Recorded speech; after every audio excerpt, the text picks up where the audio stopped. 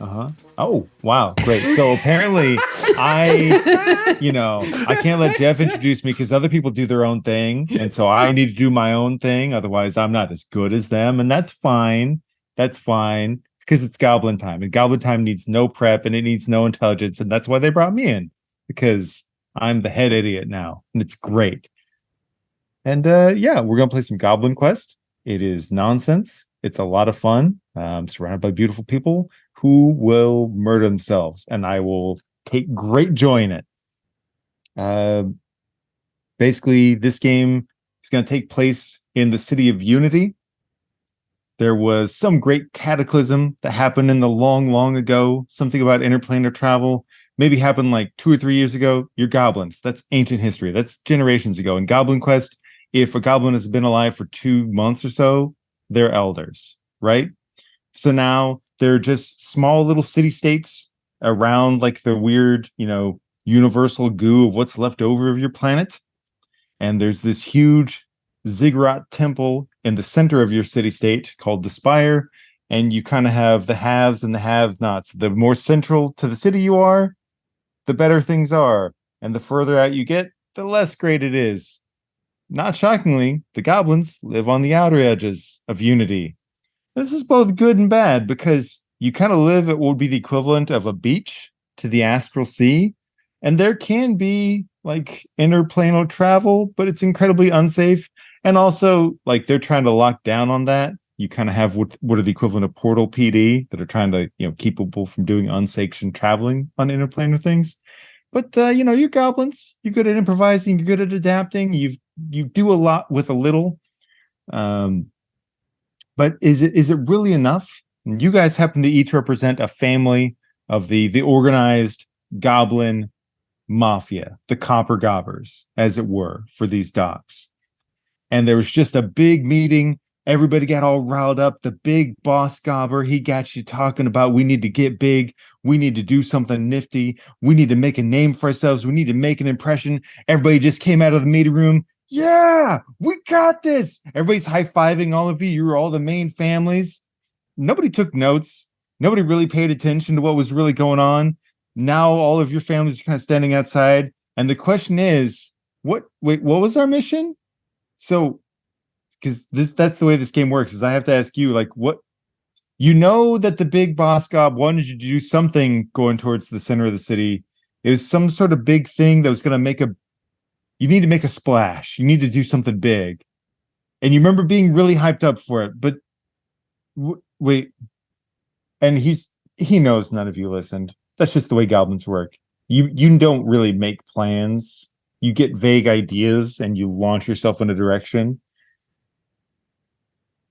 And yeah. So big event, right? Right? Isn't that what he said? I think we're supposed to cut the spire in half. Right? It's too tall, I think he said. So we have to make it shorter. We have to cut it in half. Stealing something. We're definitely stealing something. Right, we're stealing the bottom half. Right? We cut it in half and we steal the bottom half. You always want to cut everything in half. It's just what you do.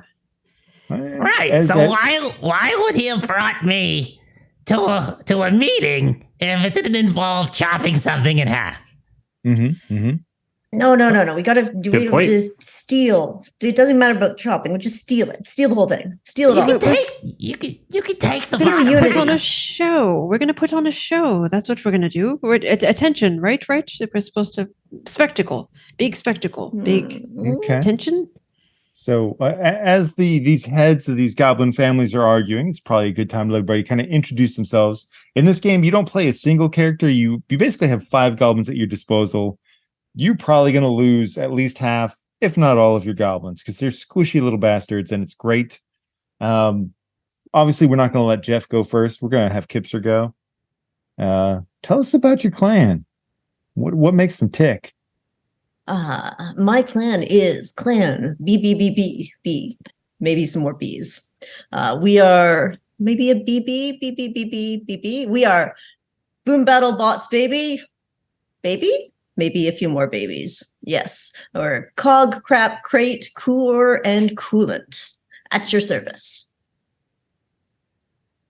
And yes, the welding goggles are necessary. Okay, so they're big on welding goggles. What's their like specialty? We enjoy building big mechs, and then we can crush all the stupid tall folks with our big mechs by being bigger than them. And we're going to have our mech backpack, which can transform, and we call it Kill All, and we can carry it around on a backpack. All right, you heard it here, folks. Boom BattleBots, baby. They like big bots and they cannot lie. Yeah, wonderful. All right, Joe. Who do we have? Who's your family? Who's your little goblin connection? Yeah, so I'm piloting the Burble clan. They're all about alchemy and brewing and mixing things together that shouldn't be.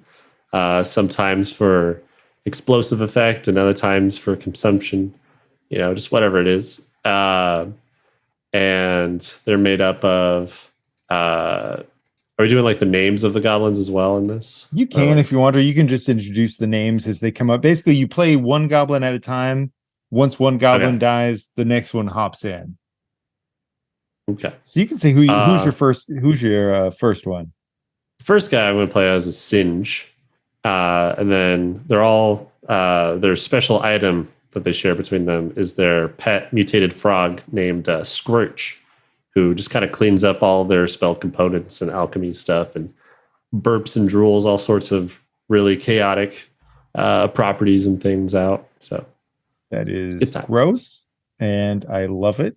And thank you for that, because I need more giant mutated frogs in my life. Yeah. You know what else I need in my life? Some spice. So let's go to Melissa. Let's make sure we make Jeff go last. So, Melissa, please tell us about your amazing gang of goblins here. Hello, we're the Spice Gobs, starting off with Baby, and then we've got Ginger and Posh and Scary and Sporty. So our expertise is sonic-based magic. So we can sing a little lullaby in your ear and suddenly you go to sleep. We can go up to a lock that needs picking and just hum together and suddenly all the little things go into place where they need to go. So anything that relies on sound, we can do with our magic. That's amazing. Oh God, that's great. All right. And then last but not least, or least, I don't know, Jeff. Me? It's my turn? Okay. I'm representing the Chop family.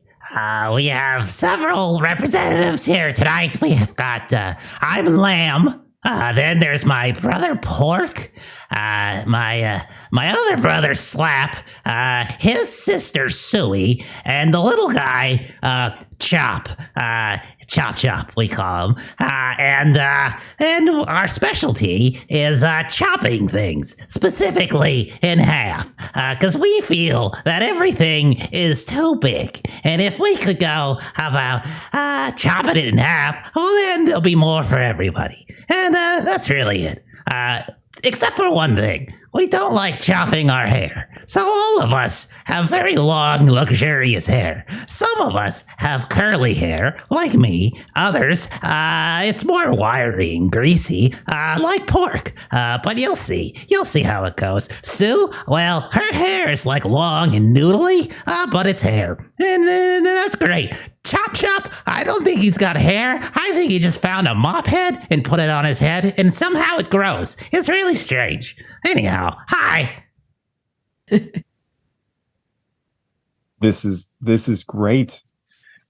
So yeah, as you guys are talking amongst yourselves, like what's going to be your big heist? You know, some of you think you need to chop something in half, need to steal something, put on a show. Maybe you mix it up.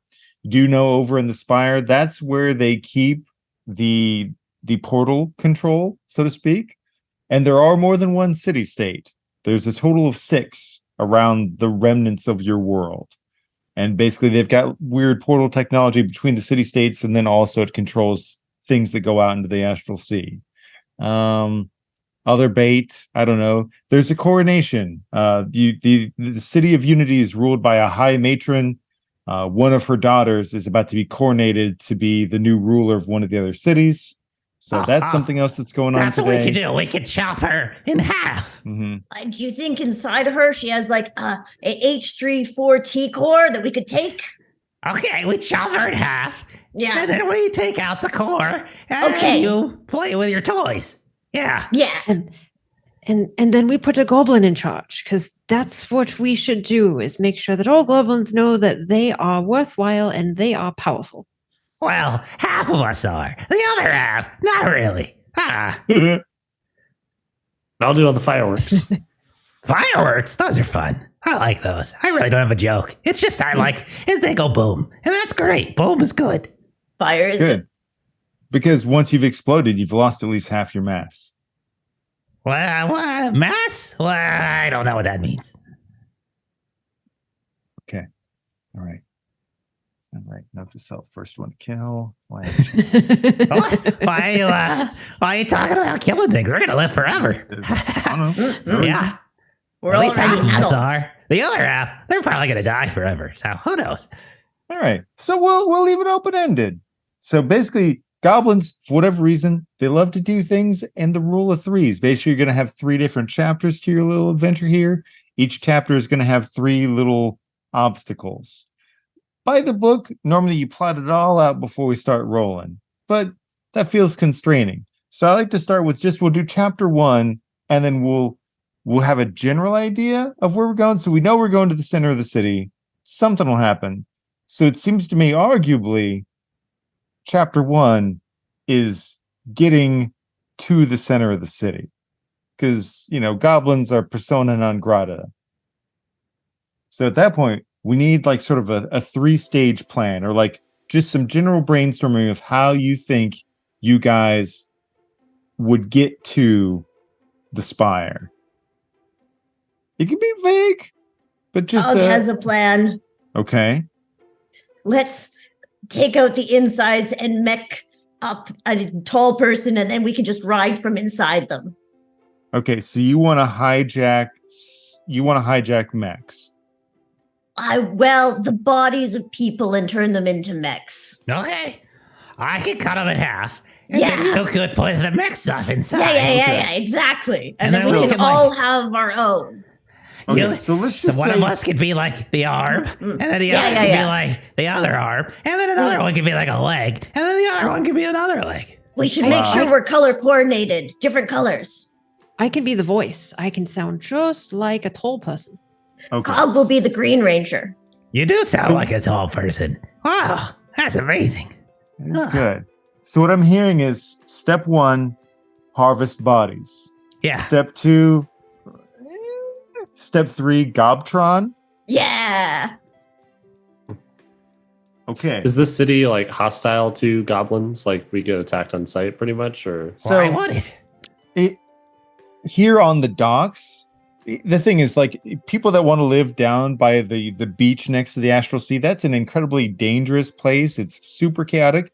But goblins, they spawn and die so quickly that they're used to that kind of a lifestyle. It doesn't make a big difference to them. But most of the people that live in the Spire, even though like the High Matron, created this city as a sanctuary for all, and it's, she saved the people of the world, and isn't it great? But it's funny how it's mostly like humans and elves that live in the Spire. And the further you get away from the Spire, the poorer it gets, and the more monstrous races live there. And yes, they saved everybody, even gnolls and orcs and goblins and bugbears and all that. But it's funny how most of those monstrous races have found themselves at the fringes. I'm sure it's just a coincidence. Just a coincidence. Totally a coincidence. But so yeah. So first off, I'm going to see when one of our chaos events will happen, just to make note. And then our good friend Steve, he bought me an extra chaos. Oh, this is We've gonna got be so some. good. We've got some bits for us too. Okay, so you guys have some rerolls, and I don't mind you having rerolls, because here's the great thing in this game. Every single dice you roll is just as likely to kill you as it is to help you. So please roll as many dice as you want. Re-roll them to your heart's content. I don't care. It's wonderful. I'm a good person. That's what it says. So, So we need to get people. So I can brew some stuff to put it together and knock some people out or something. So, y'all ever heard of International House of Pancakes? I think there's one on the outskirts that's got people in it. And here's what I'm thinking. I can cut the International House of Pancakes in half, which would give us access to all the people inside that are eating pancakes. What do you think? and I then have a big wrench. Singe, can you put them to sleep?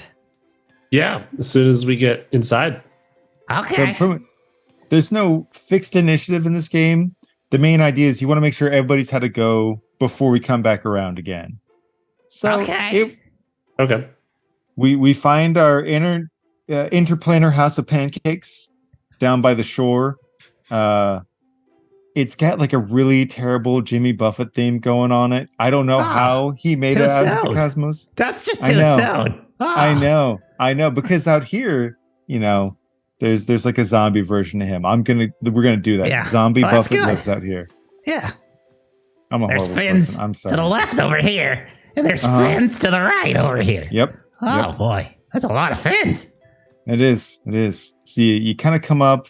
You've got your flimsy little beach umbrellas. You've got the little International House of Pancakes out there.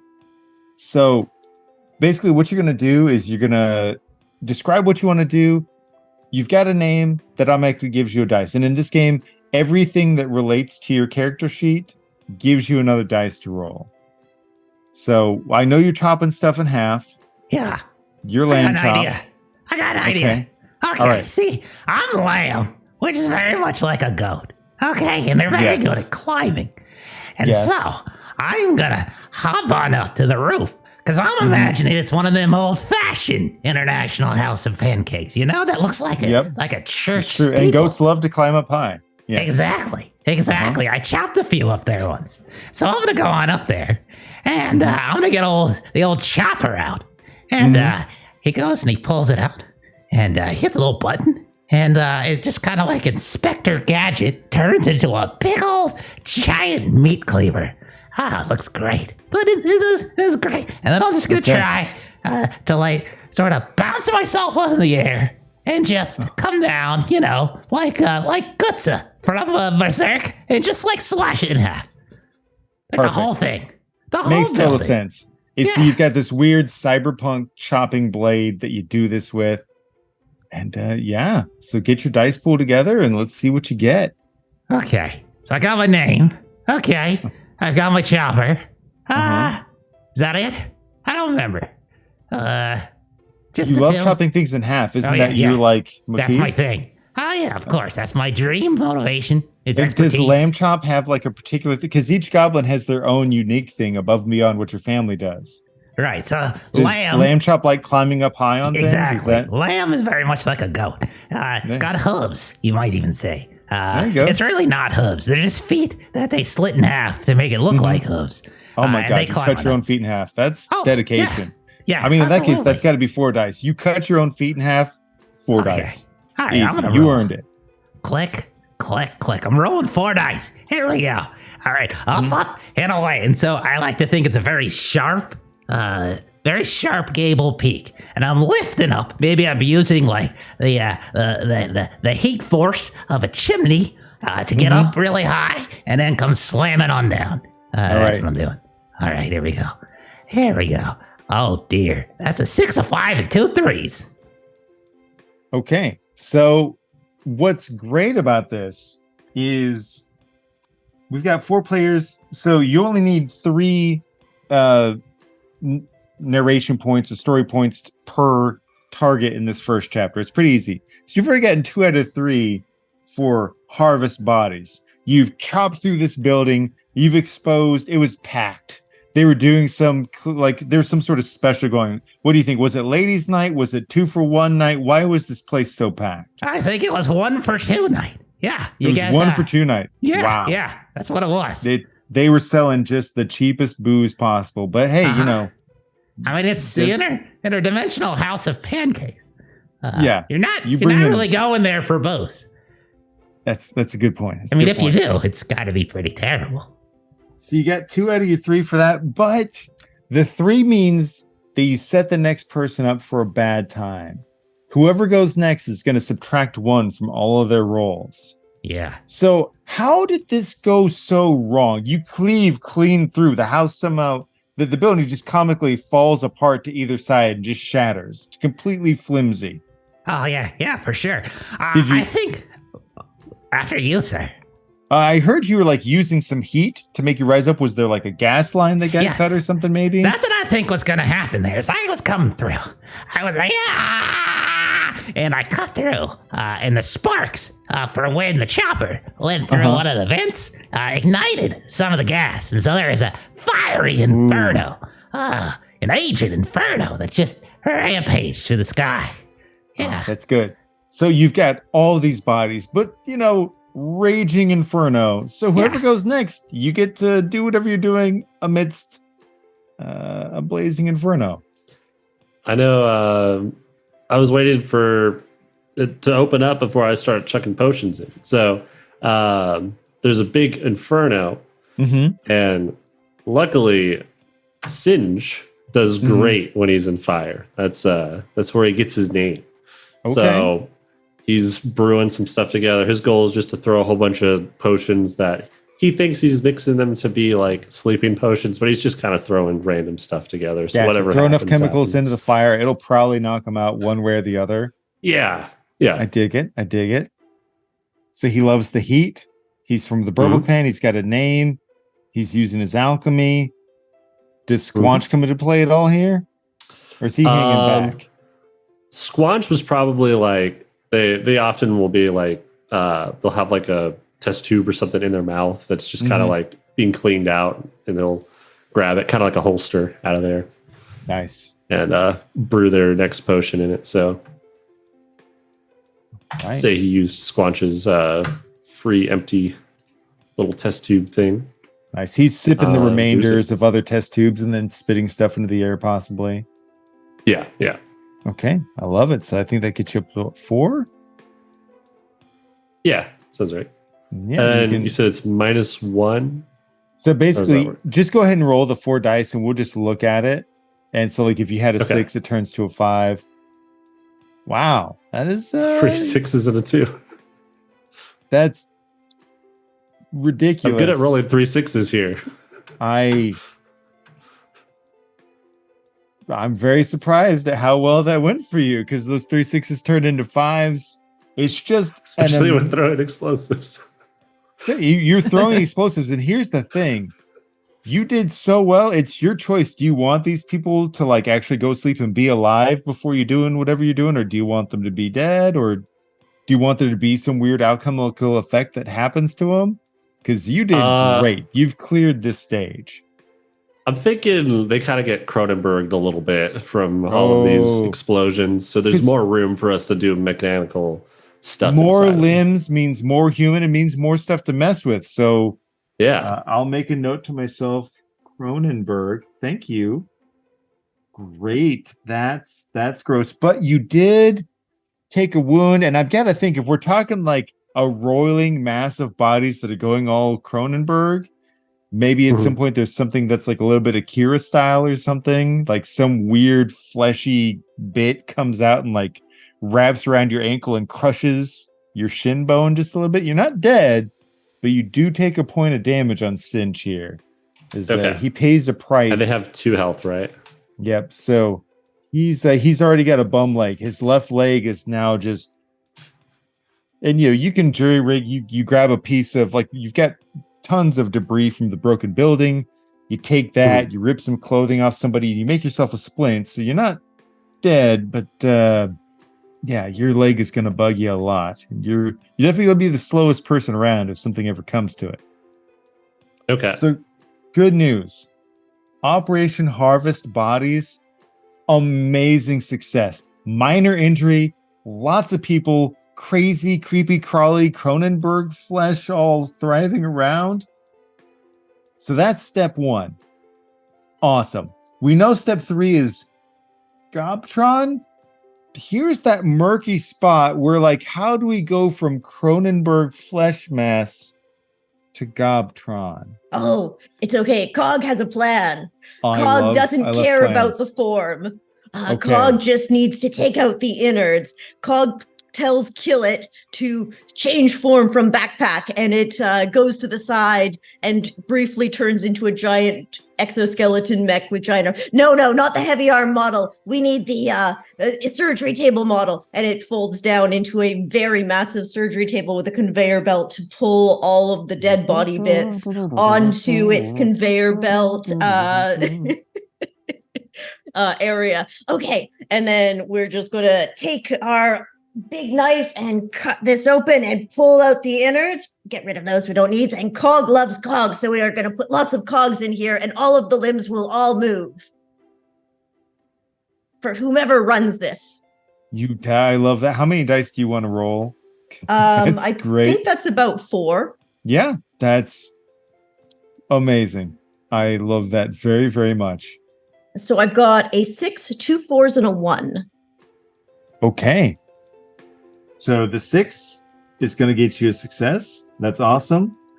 The 2 4s, that means you set this up nicely. Like you explained it very well. Like you've got a good, operation going on here. Mhm. You're very methodically handling things. Whoever What? is the Red Ranger, that's your side. Blue Ranger, that's your side. Pink Ranger and Green Ranger. But amidst all this machinery, and you're doing a lot, because you're setting things up for all the other goblins outside of your family. All the goblins in your family know what they're doing, but you've also got to prep everything for everybody else around. And sometimes when you've got all this crazy machinery going on, and you are a goblin, so you're kind of working with secondhand equipment and scrap here and there. At some point, do you think maybe you catch your arm in something, or maybe something jets out and cuts you, or maybe you burn? Do you know the video game Inside, where the spoilers end of the game, the small boy child you have running through the entire thing goes into a water pit, finds a giant ball of flesh with many limbs that absorbs him, and he becomes part of the limb ball? Uh-huh. So part of you gets absorbed into the mass? Yes. You're just so Ooh. intent on it. Like, Oh, oh my gosh. Like your one hand, right that's arm, fine. the flesh just strips away. Now you have this weird bony skeleton arm. I can work with this. That's so weird. I don't know where that came from. But yeah. That's really gross. That's what we do. I Kipster should have loses done the arms other on arm Thursdays. because yes, I continue to lose my right arm. I'm a big fan of traditions. It's great. We'll make Joe lose a leg. We'll make you lose an arm. And, last but not least, let's put Melissa in the spot. You seem to be like a very nice goblin, all things considered. Or your clan seems like you've got good intentions. So here you go. You've got this horrible fleshcraft in front of you. And now there's this assembly line that BBBBB has all set up. And there's flesh being cut, and there's innards being tossed out to the side. And oh my god, as some of those innards are being chunked to the astral sea, you have space sharks coming up to eat the chum. And it's a lot. So Yeah, it's so B. I believe our goal was to be able to walk through town. Is this With not human this- looking enough? It's all pink. There's a lot of gears. There's not a lot of All of the flesh bits move. and colors and clothing and all of that. So I think not going to have a lot of dice for this because this isn't really what I do. But I You think can we be need the to head. make you the could be other things like mechanicals look like you could be doing other things to help. So like we had Meat step suit. one. Normalize it. We had harvest bodies. Step 3 is going to be you assemble Gobtron, and Gobtron's going to break in. But step 2, like we're kind of assembling things. So is there something that you would add to it? Like they're clearly doing all this weird flesh crafting. Is there something that you would want to add to it that's maybe you're not doing flesh crafting? Maybe you've got something that you're going to add to it that's not necessarily that. so all of the spice gobs are good with the sonic magic, so I think I might make a bit of a recording loop Mhm. that will be playing as we walk through, and it's Okay. all, positive vibes for everyone that we pass by. Okay. So I mean, you're the spice gobs. You got your name. You've got the sonic stuff. You know how to find the right words. What's your artifact that your folks use? It's depending on the setting, either a microphone or a megaphone. It's like steampunk or like Magitech. Like, So yes, a megaphone Victrola looking thing that will stuff inside of the head and it sends everything out the mouth. okay. Great. It's like the Annihilation Bear. Yes. I don't know that reference, but other people are laughing, so Yes. I'm pretty Okay. sure we saw that movie together. So, definitely should know that one. So Just you're saying. creating this horrific message to go along, like, or you're crafting something very positive that would be broadcasting at the mouth of our horrible fleshcraft Gobtron. yes. Exactly. Amazing. Good. 3 dice, I think. Yeah. 5, 5, 4. That's amazing. So the 5 and the 5, that gets you 2 more successes. They took care of all the flesh crafting. They have it's currently all set up into different chunks. You create the head. How do you want the head of Gobtron to look? Because you're creating that, and you finished step 2 of chapter 1, so you get to choose what it looks like. It definitely has it has a very expressive smile and colorful floofy hair. Okay. So we have assembled all the pieces for Gobtron. We've got all the mechanics inside. Are each of you basically taking a different section? Like somebody's taking an arm, somebody's taking, and the Spice Gobs clearly have to be in the central part since they have the positive message coming out. So who are the arms and who are the legs? Just out of curiosity. I'd Probably one of probably the be legs. a arm. Hey, Yeah. kind of a question for you, Senior Jeremy. So the shark, how big is it? It's pretty big, right? It's like, Oh, yeah. Right? It's one of those things where it's like you've got like the regular shark that comes up first, eats and Yeah. chum, and then there's a Yeah. bigger shark, and then Yeah. there's like this crazy, ridiculous shark with tentacles coming out of the side and they're like glowing. So I was thinking that it would be even faster for us to get into the center part of the city in our giant mecha robot if we could ride on that giant shark. So, plus it's got a big mouth that likes to chop things. So I feel like it's probably a cousin. And I was just wondering if maybe I could go and, have a chat with it and see if it would want to join the party. That sounds like, because part 3 of chapter 1 is going to be Gobtron breaks in. And so Yeah. I think trying to ride a space shark into the center of town, it's got tentacles. It's, Yeah. why not? But Yeah.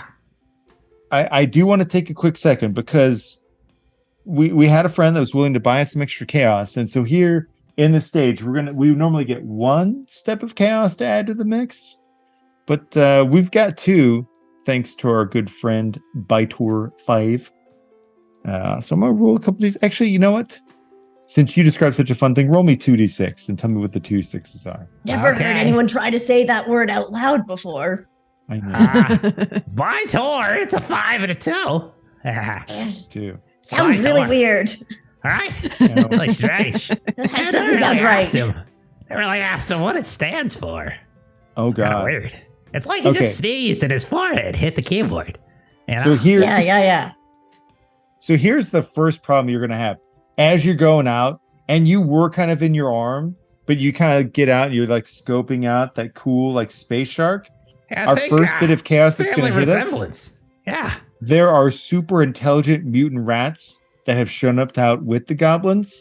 And so in that split second, you guys are paying attention to something else. All these psionically linked rats are all rushing inside of your fleshcraft. And the rats are currently trying to take control of Gobtron.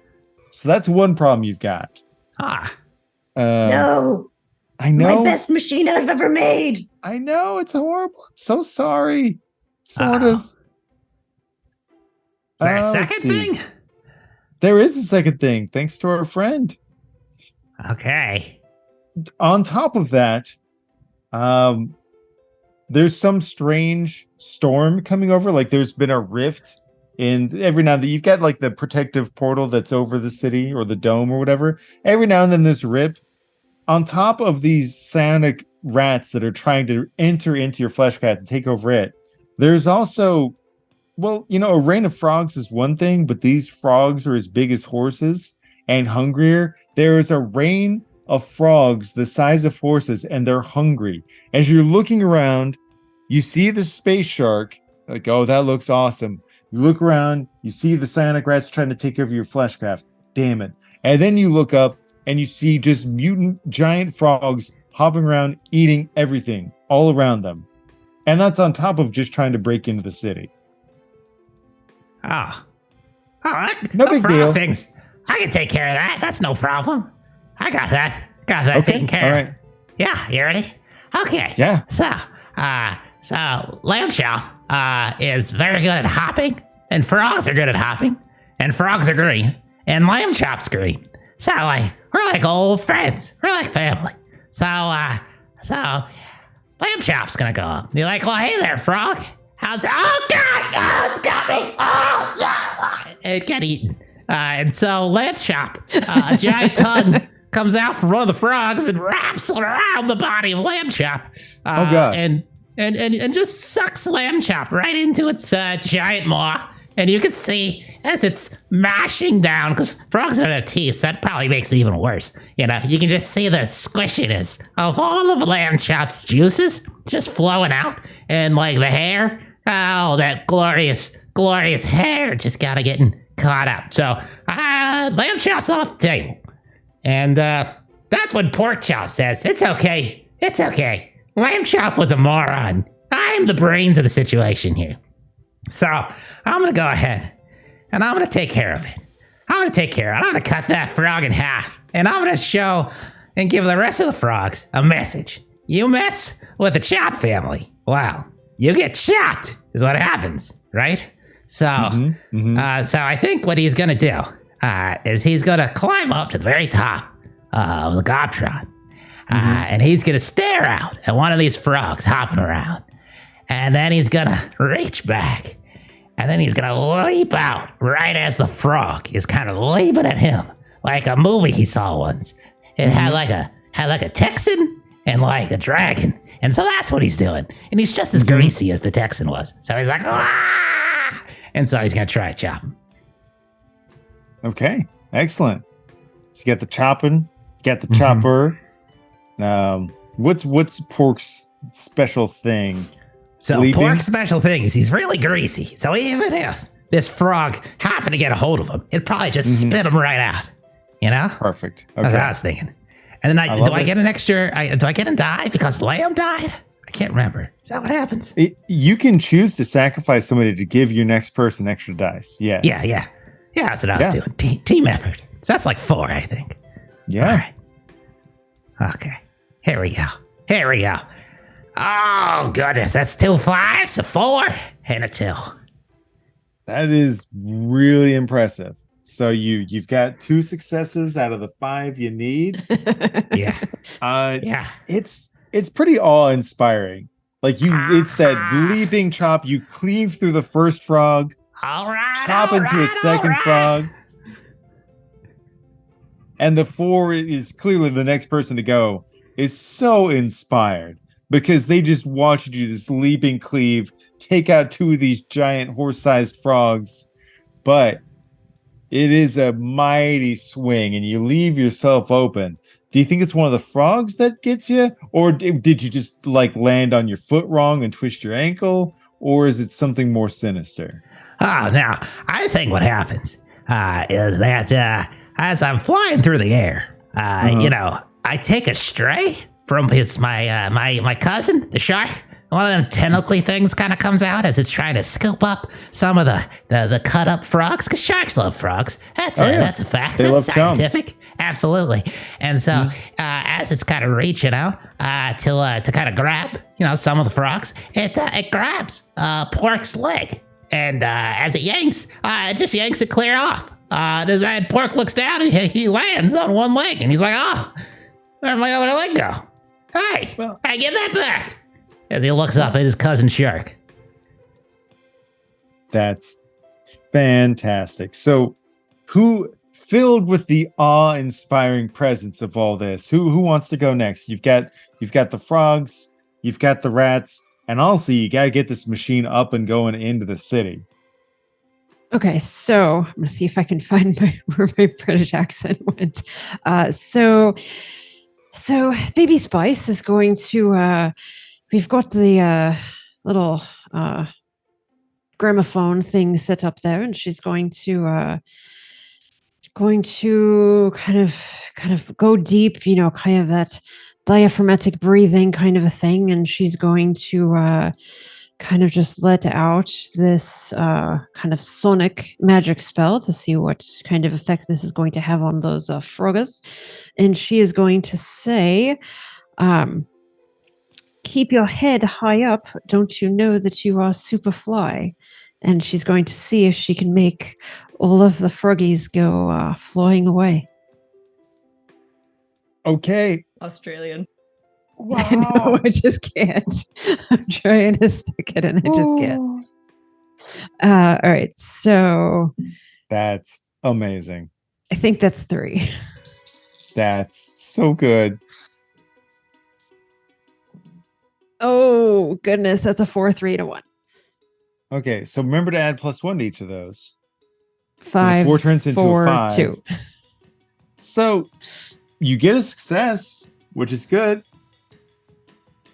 And then the 4, how do you think you help the next person out? The frogs are floating. Somehow your sonic magic has actually caused the frogs to start floating up and away.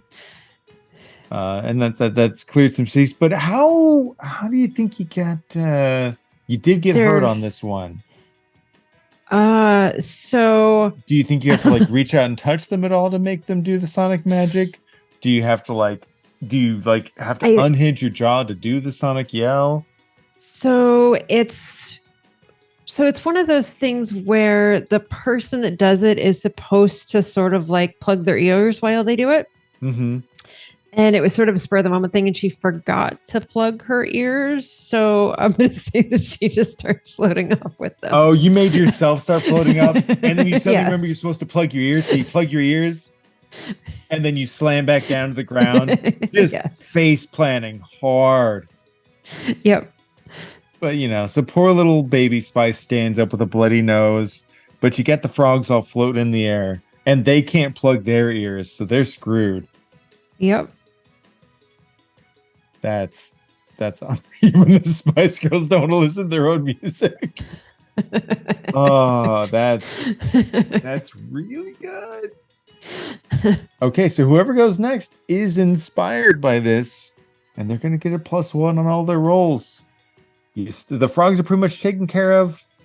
You still got the rats that are in there.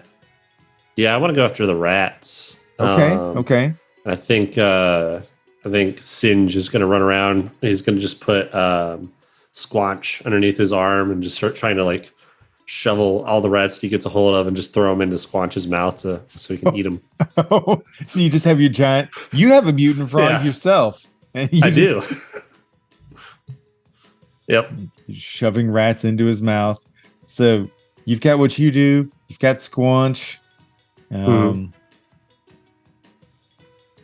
we can do that, or if there's anything else you can tag, but that's still 2, and both of those would get a +1. Am I able to play any of the 5 at a time, or is it you can use as much as you want? So this game okay wants you to do as many things as you can, because every dice you roll has an equal chance of hurting you and helping you. You guys have had pretty good rolls, but sometimes you can have rolls that go crazy against you. Okay. I'm going to say Plump is the one holding Squanch this time. And Plump is much better at like feeding and just kind of arcing things into Squanch's mouth.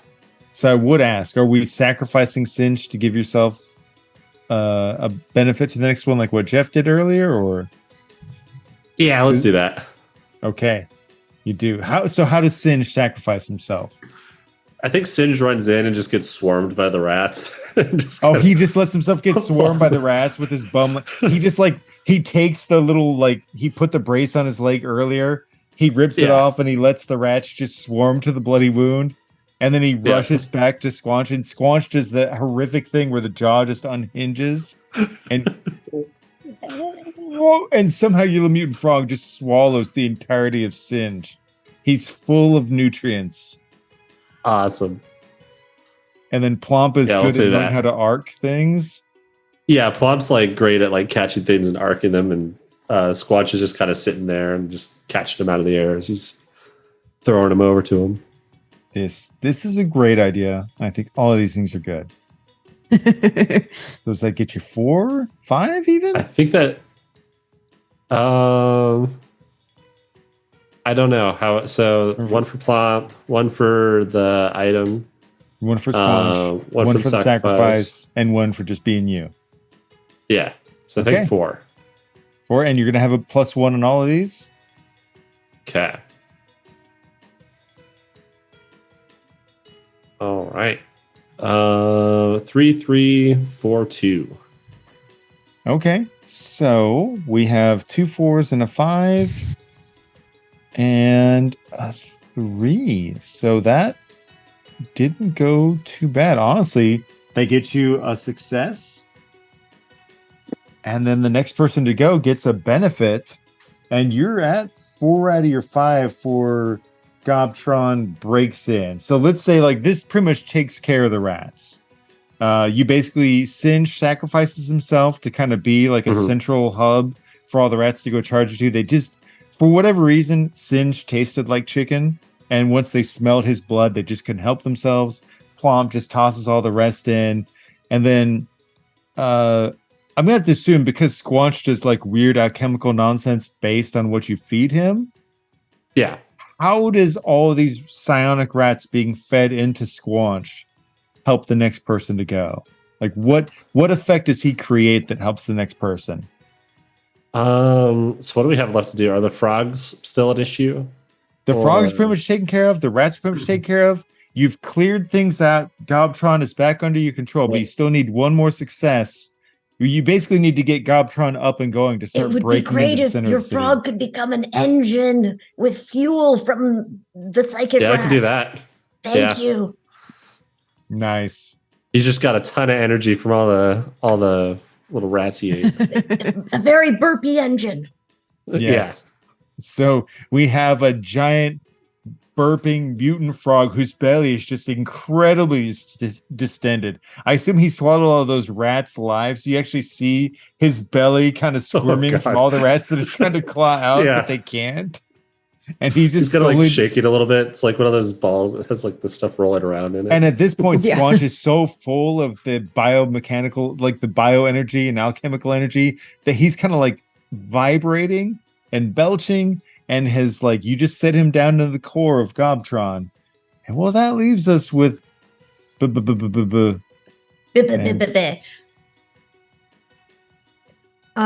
So Cog gets very excited and kind of goes outside of the flesh ball, but luckily Crap is there, and Crap grabs Pork and Plomp.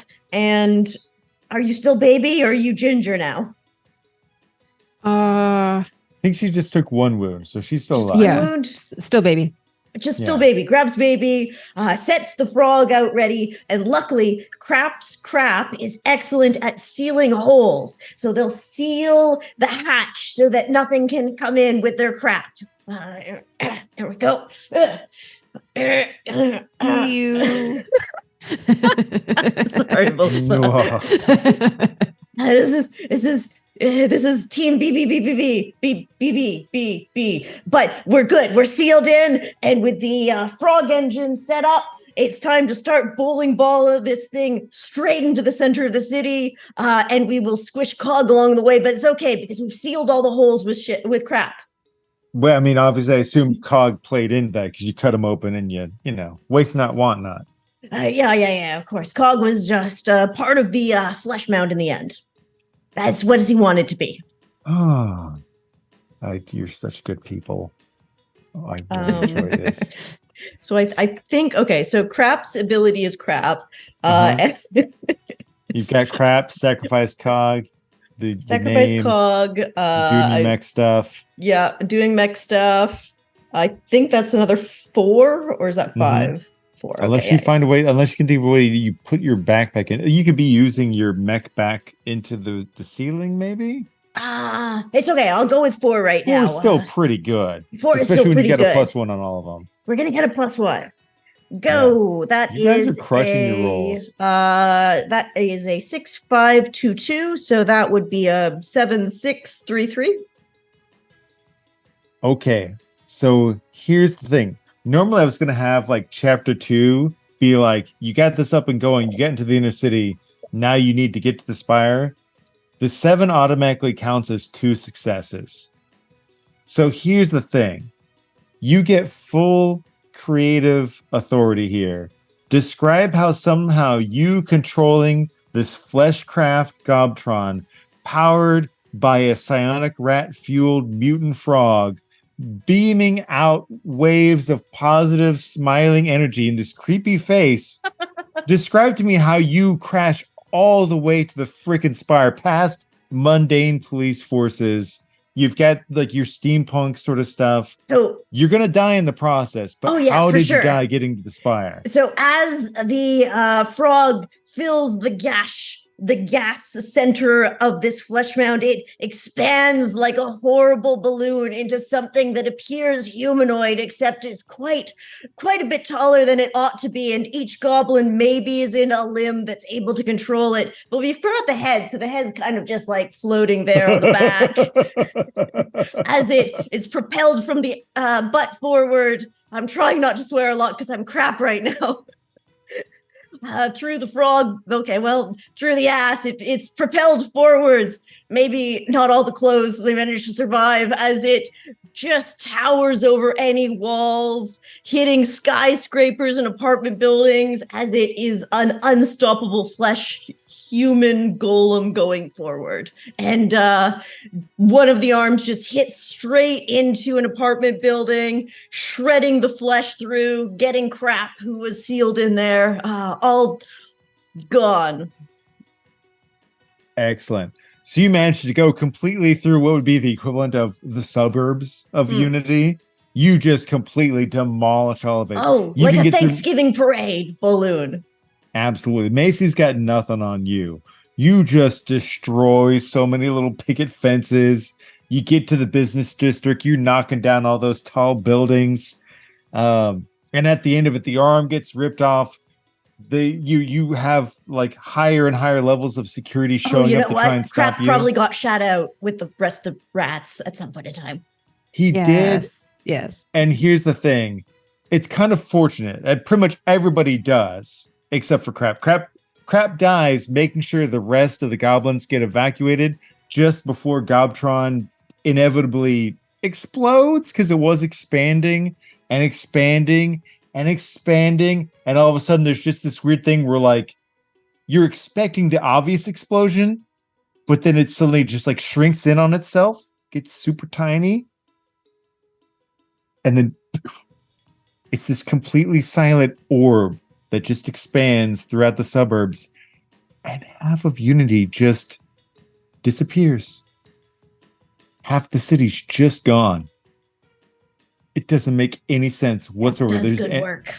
Did you The say rest half? of you, half. Oh, that's great. This is wonderful. I thought you Chopped would in like half. I liked it. Yeah, I mean, metaphorically, yeah.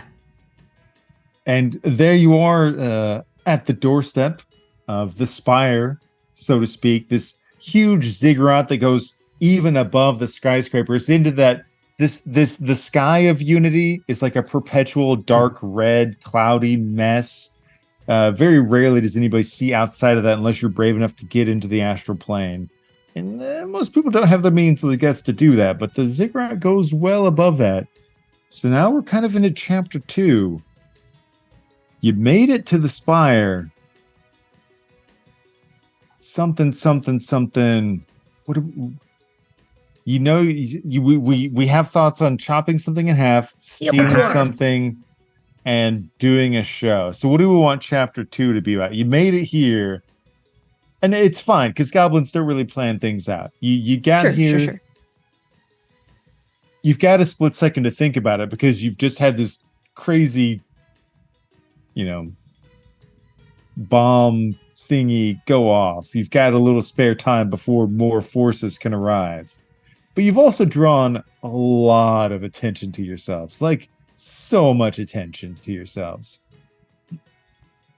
Do we I guess was part of the mission. Like an audience? Do we see like a lot of people and everything? Yeah, I mean, you've made it to the part of town where there's like actual humans and elves and like your traditional fantasy races. I got an idea. Hey, shit, I forgot your name. Joe, what's the name of your goblins? I'm plump right now. Okay, hey, you're good at fireworks, right? Okay, I got an idea. Humans and elves, they're stupid, right? They're not smart like us. And they like shiny objects and glowing lights. So, like, we need to buy ourselves some more time so we can figure out how to get inside. So here's what I'm thinking. Maybe we give them, like, a pyrotechnics show, We get all fancy, and then, like, old Spice Girl can sing and everything. And there's really not a whole lot I can do because I'm just hopping around on a single leg. But, I was thinking about that. Oh, shit, I forgot my keys. You don't think they were inside a Gotcha, do you? All right, anyway, here's what I'm thinking. And as he's talking, I want to say like maybe something just drops from the sky, like someone throws something down, or a piece of Gobtron just falls and smashes on top of him. And he's like, so just make sure that you don't go using a lot of the pyrotechnics around me, because my sweat and my glands, they're definitely flat. And so as he gets flattened, I would like to say that he basically gets squeezed like an orange. And I would now like you you to have been crushed by a crate, if you're okay with that.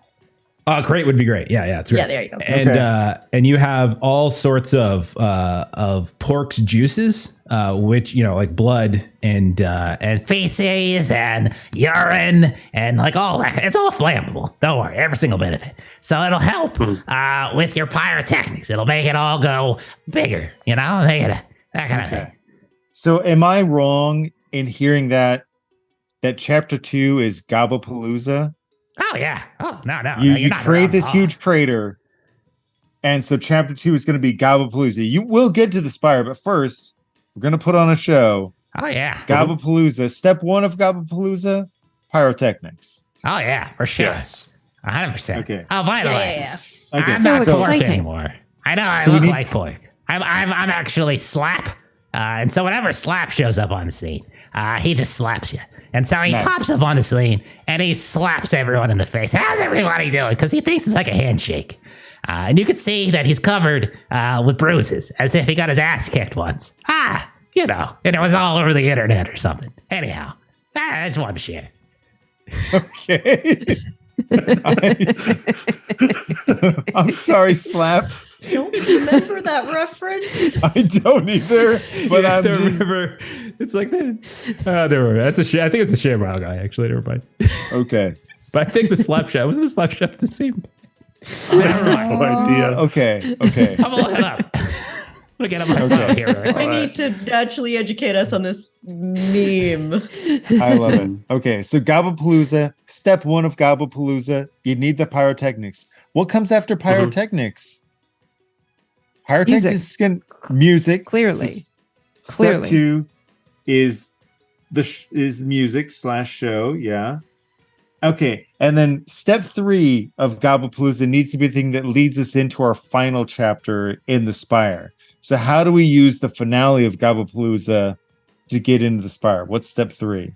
Eight's special ability is sneaking like someone named Snake in a box. And while the distraction is going on, we can sneak in with a crate. Okay, step 3, sneaky shit. Perfect. Okay. So, Pork has Why? sacrificed themselves. If I might interject really fast, I just want to clarify. The Slapchop is the same guy as the ShamWow. The same guy. Slapchop. That's a little thing. Oh. And the thing is, That's- the ShamWow that's right. guy got beat up by a cannibal hooker. Prostitute, sex worker, and it was all over the internet. It was a while ago, probably before Joe was born, because he's like 14 years old. Yeah. I am totally paying attention to the game. I'm not pulling up my Google feed right I'm just now. saying. Gawker's got an amazing headline. ShamWow guy beats up cannibal hooker. Uh-huh. Yep. So what did you want to do again for pyrotechnics? Damn wow. Cannibal hooker. I told you. I really go deep with my In references. your spare time. Yeah. There's some layers to that. I mean, probably shouldn't laugh too hard at this. It was assault and people got arrested, but it was pretty funny if you put it in a goblin voice. Oh, goodness. No, it's still pretty funny. I'm sorry. So we're doing Okay. I think- fireworks and we're doing Yeah. concert, and while everyone is focused on that, we are sneaking under crate. Yep. Mhm. So I think Just everybody, a little like move crate, slide over. or however you want to. I think we got through everybody getting another round. So as we start pyrotechnics, whoever wants to start off pyrotechnics can. Yeah. I'll gather up all the giblets and bits from the crate, smashing down on, was that pork? Mm-hmm. That, No, of course it was pork. Pork's the only one of us who's greasy. The rest of us, not greasy at all. Yeah. They're all greasy, every one of them.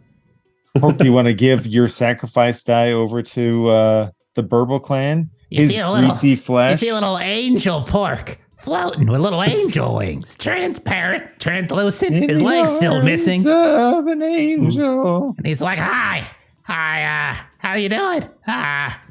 Oh shit, I'm dead. Okay, yeah, you can take it. You can take my help. Yeah, go ahead. I'm gonna like cram them into one of these potion bottles. Wow. I just throw all the giblets together, and then you hear like this little hissing, whizzing sound going around, and it's Squelch or Squanch, whatever I said their name is. He they're has just, like, evolved. they're deflating what, still. What name does he I have picture- now? He's evolved after all those psionic rats. He can talk now. Oh, What do you name me, my master? we'll call him Squirchel. Yes, I like this name very much. What shall you feed me now? As this frog's head has now, it's got like a weird little, like, you know, those dangler fish? The frog has Oh, now yeah. evolved some weird little dongle coming out of its forehead that glows and looks around. Yes. Did What you was just that name call again? it? Did you just call it a dangler fish? Like it's dangling its, its bits. Isn't it an angler fish? One of us is wrong, I think. I want it to be dangling. It is definitely an angler fish. It is an anglerfish, I know. It's gonna be a dangler. But the Oh, thing geez. dangles like a slap dongle. chop. Oh, gee. Yeah. So I've got my You're little laughing at potion your own bottle jokes.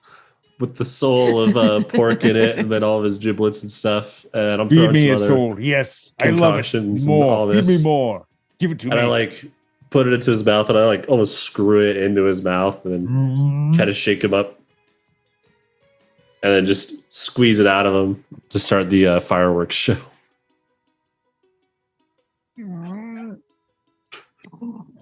Okay, Yep. go for it. All right. You've got your Uh, bonus from pork. That's one. You've got Mhm. what's his new name? Squirchel.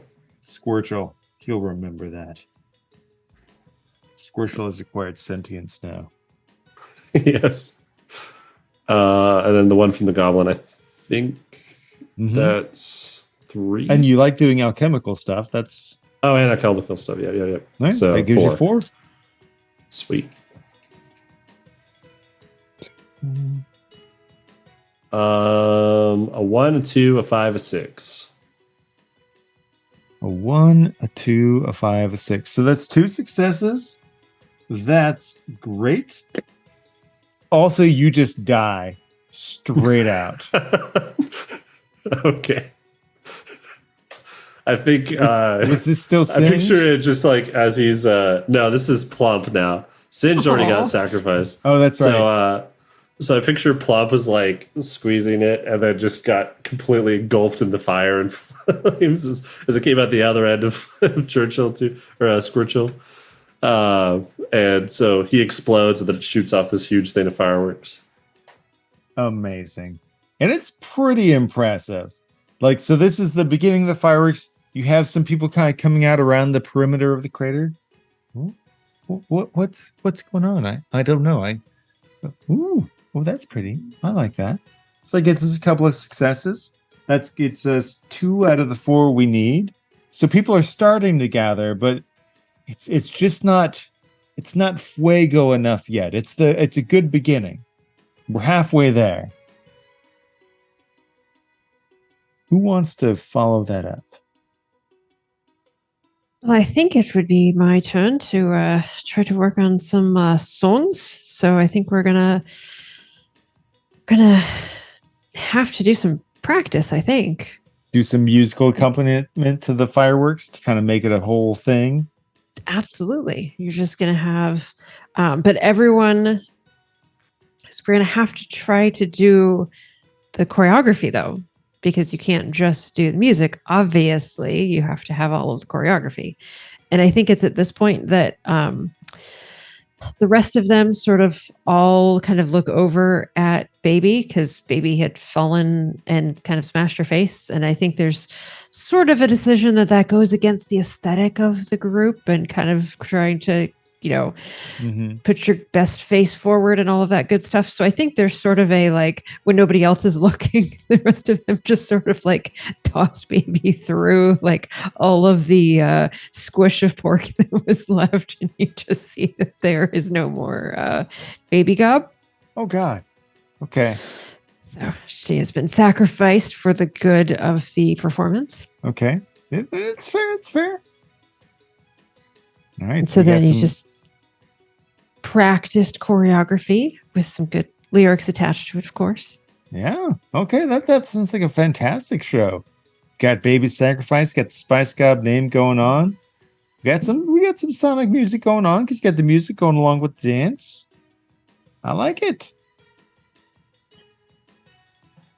And so trying to get everyone's attention. Yeah. Listen up and take heed. Holy crap, that is 3 6s. I mean, I will take picture if I need to. It is a 6, a 6, and a lolly. okay. So tell me in exquisite detail how this dance of the devil's seduction with the 666. How do the Spice Gobs bring all these poor innocent suburbanites into the crater?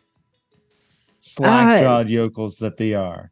Exactly. So one of the kind of secret weapons of the Spice Gobs is that there's, you're sort of used to sort of what goblins tend to wear, but these goblins have those really thick platform combat boot looking things that are just mesmerizing because they've got like blinking lights on them, so it's like a combination of like the super high heeled like combat boot comboed with like the little kid shoes that like blink on the front and the back, and so it's just this like dance movement with the blinking that is just this very hypnotic dancing and the lights blinking, and like everyone is just sort of like watching, and before they know it they're all just sort of like kind of just drooling. Nice.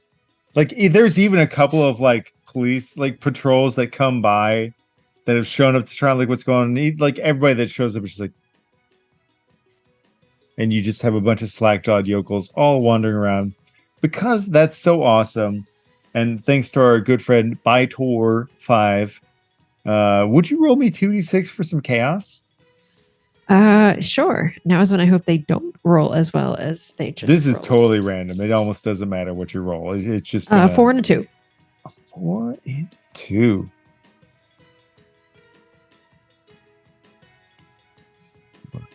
No. Uh-oh. Okay. Uh-oh. So this is going to be kind of an awkward situation.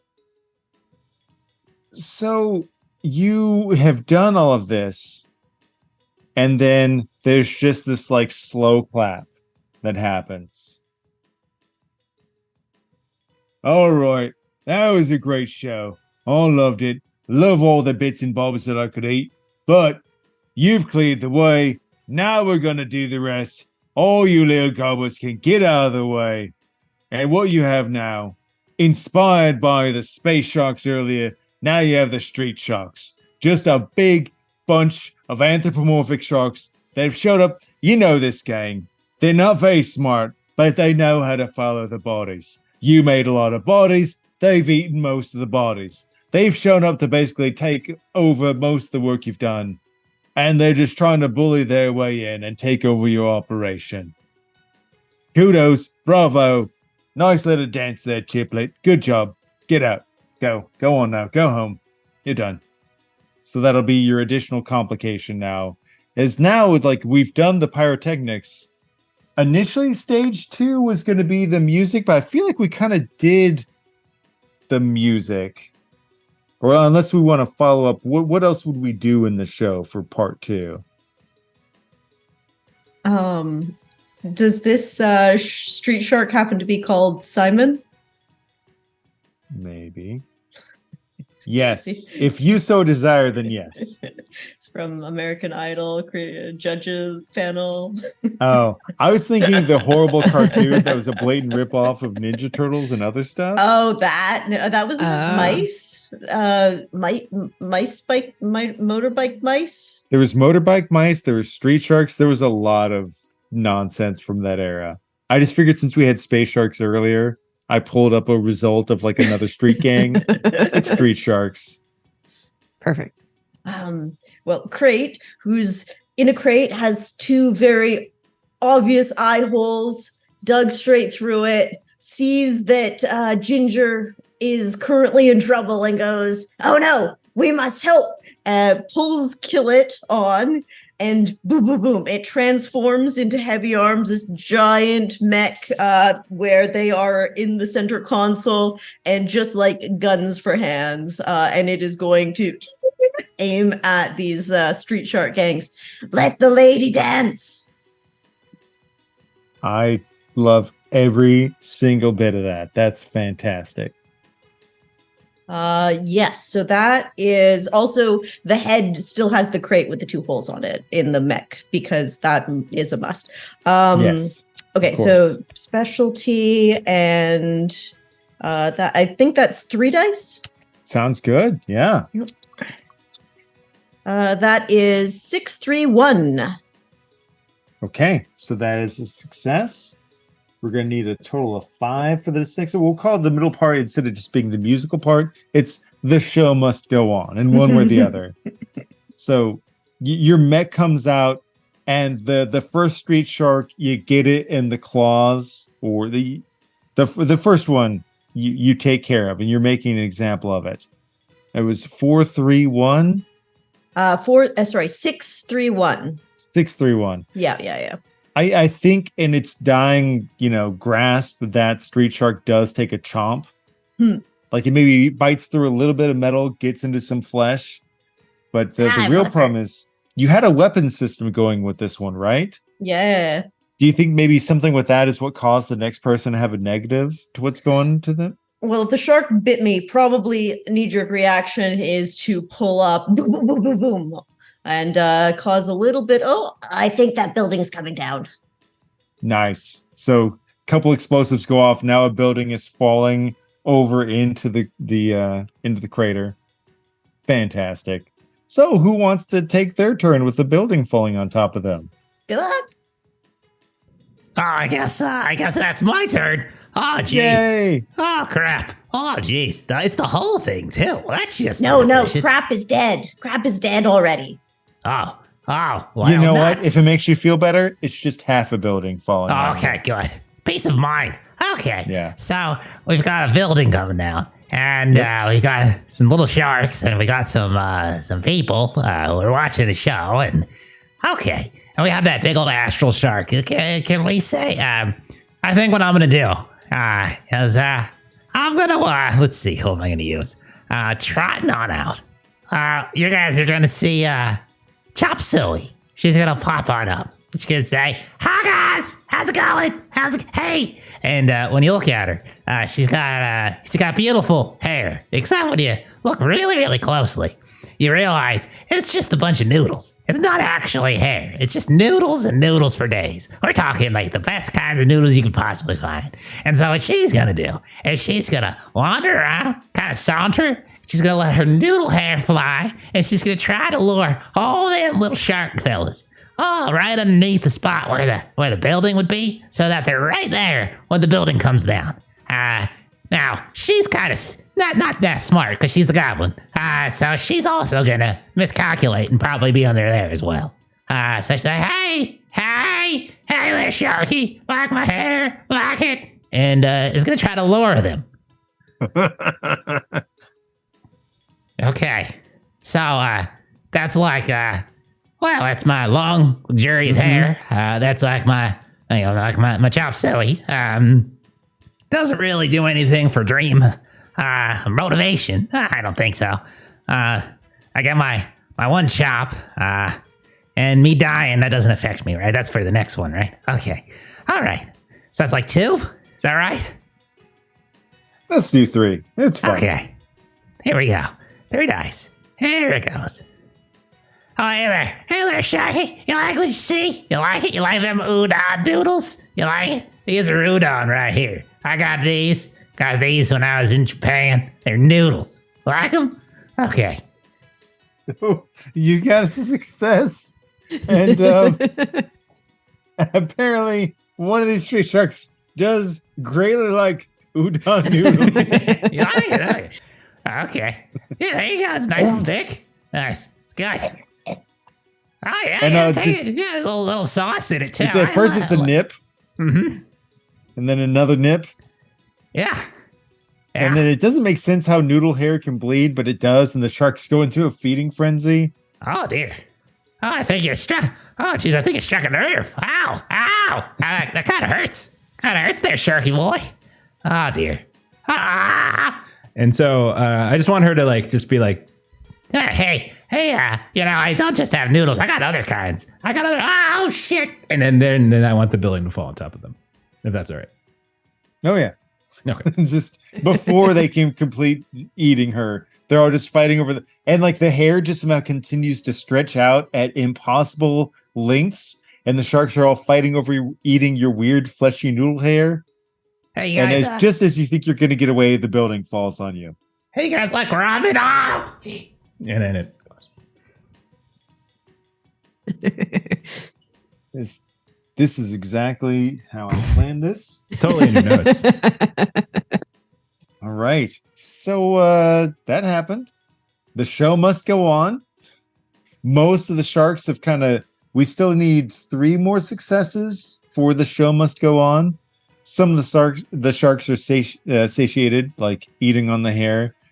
You still have a lot of people kind of on the edges, I don't get it. Is that no, this is just old hat. This is classic neo sharkism or something. Oh, totally. But yeah, who wants to continue the show, as it were? It's like a weird silence as the building is fallen. Okay, so Ginger Gob is going to go out there, and so she is going to kind of use some of the kind of Spice Gob's sonic magic. Mm-hmm. So she is going to kind of do this strange kind of solo. that is kind of off tone because everything else has been sort of like high energy, like dancing, choreography stuff. And so basically she is going to essentially try to sort of put everybody into a trance. And then when they come out the other side, they think that they just saw the most exciting thing that they've ever seen before. Okay. So I've got their microphone. That's Got kind of the microphone. signature item. Using the sonic magic. And then she's got a name. So that's the last one. There you go. 3. Oh, that's a 5, a 3, and a 1. Okay. Well, that is another success. How do we think you hurt yourself doing this? Are you the sort of person that are you kind of trying to go out into the audience to try and bring them into their funk, or It's definitely one of those setups where you've got like the runway, like half runway in the middle, and then kind of people on either side. Gotcha. So yeah, Gotcha. kind of walking up and down that. See, I'm so clearly at that point, so the runway has to like break loose. We have a lot of structural integrity problems right now. Of course, totally, because it was just crates that were piled up, and one of them was like, it wasn't set opposite; it was set exactly the same. And so then when she steps on it, it just sort of like flips aside, and she just goes crashing down onto it. Okay, so that's her first wound, right? Like, so she's hurt but not dead. Yeah. But what came from that crash that puts the next person in a bad spot? So that crash domino effect all the way back. So sort of this whole like stage area and everything that's been set up that seemed to be structurally sound is now just, kind of like dominoes falling. It's just all gone tumbling. Perfect. Gotcha. So what little stability we thought we had, it's all gone. Everything's crumbling. Exactly. Who wants to jump into that? I will. Let's see, because we're still trying to keep everyone like occupied with this as we sneak in. Yeah, right? Like we're still in. We've got 3 out of 5 for the show must go on to keep enough of a show going that you can get into the Spire. Now that Singe and Plomp are dead, I'm going to bring in Froth. And Froth likes making consumables and all sorts of tasty concoctions. They might not be good for you, but he likes to do that none the same. So he will start brewing some things up, some drinks and things, and just going to start throwing it in any, like, he's going to be taking empty cups and bottles and just every random thing he can find on the street just to make kind of like a food vendor kind of cart and start just handing drinks out to people. He'll have I'll use Squirchill as well on tap to like assist in this, and he'll be like rinsing the bottles out and stuff and giving them back to me clean and setting it up. So that'll be 1 for Squirchill, 1 for Alchemy, 1 for Froth, and then 1 for the roll. 4, right? Indeed. Look at how I have altered my body chemistry. I can venture forth. Do you see how I've cleaned your cups? My vomit is now a cleaning property. I love it. Smells great. And then I'll put it down. I am minty fresh. Oh, God. Oh, no. That's a bad roll. Wow. Wow. This is -1 too, right? So you took, so when a 1 gets a negative and goes to a 0, that's 2 wounds. So you took 6 wounds worth of damage somehow as you trying. So you are so beyond dead. How does this go so incredibly wrong? Oh my I gosh. feel like he sets up the cart and then just gets trampled to death as people like trying to get drinks and stuff from him. and then some of them are breaking open and spilling into them, and just like all sorts of horrible things. And then of course, Squirtle will make sure that went terribly. It was a very foolish business plan. Don't worry, nobody will ever know anything about this. And your body just dissolves in this acidic cleaning solution. But it's so minty. So Smells great. Minty. It does smell great. All right. Okay. So dead. That was my try. Oh man, that was a bad It was a roll. really unfortunate roll. It goes that way. You guys have had a lot of really lucky rolls. Sometimes it goes that way too. You just die. I've been rolling pretty hot until then. But you have this huge clump of people that have all gathered around, and you just have people just grabbing random bottles and just trying to take swigs of them, and they've just completely stomped over your body. I think that leaves our for the show must go on.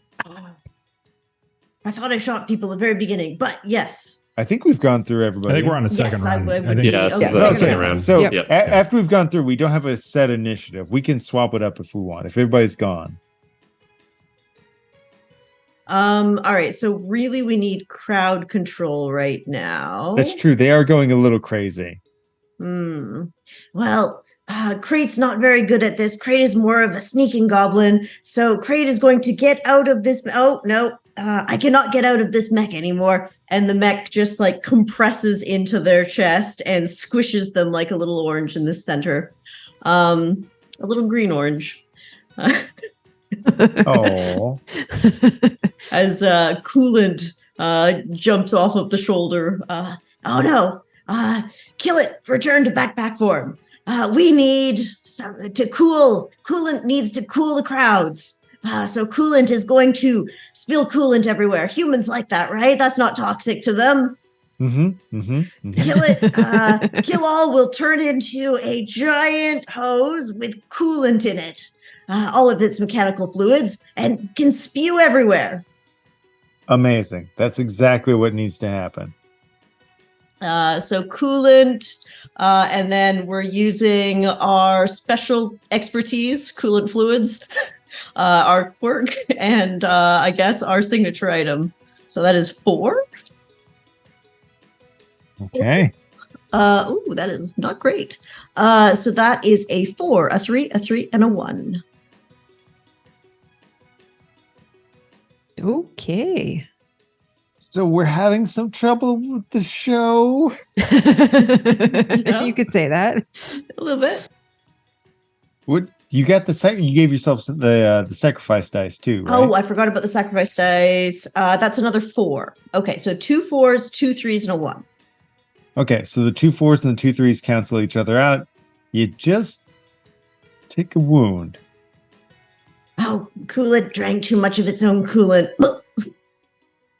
I mean, it is, honestly, my mom's a vet. Like, dogs love to drink it because it tastes kind of sweet. So it might be that kind of like oh, Yep. oh.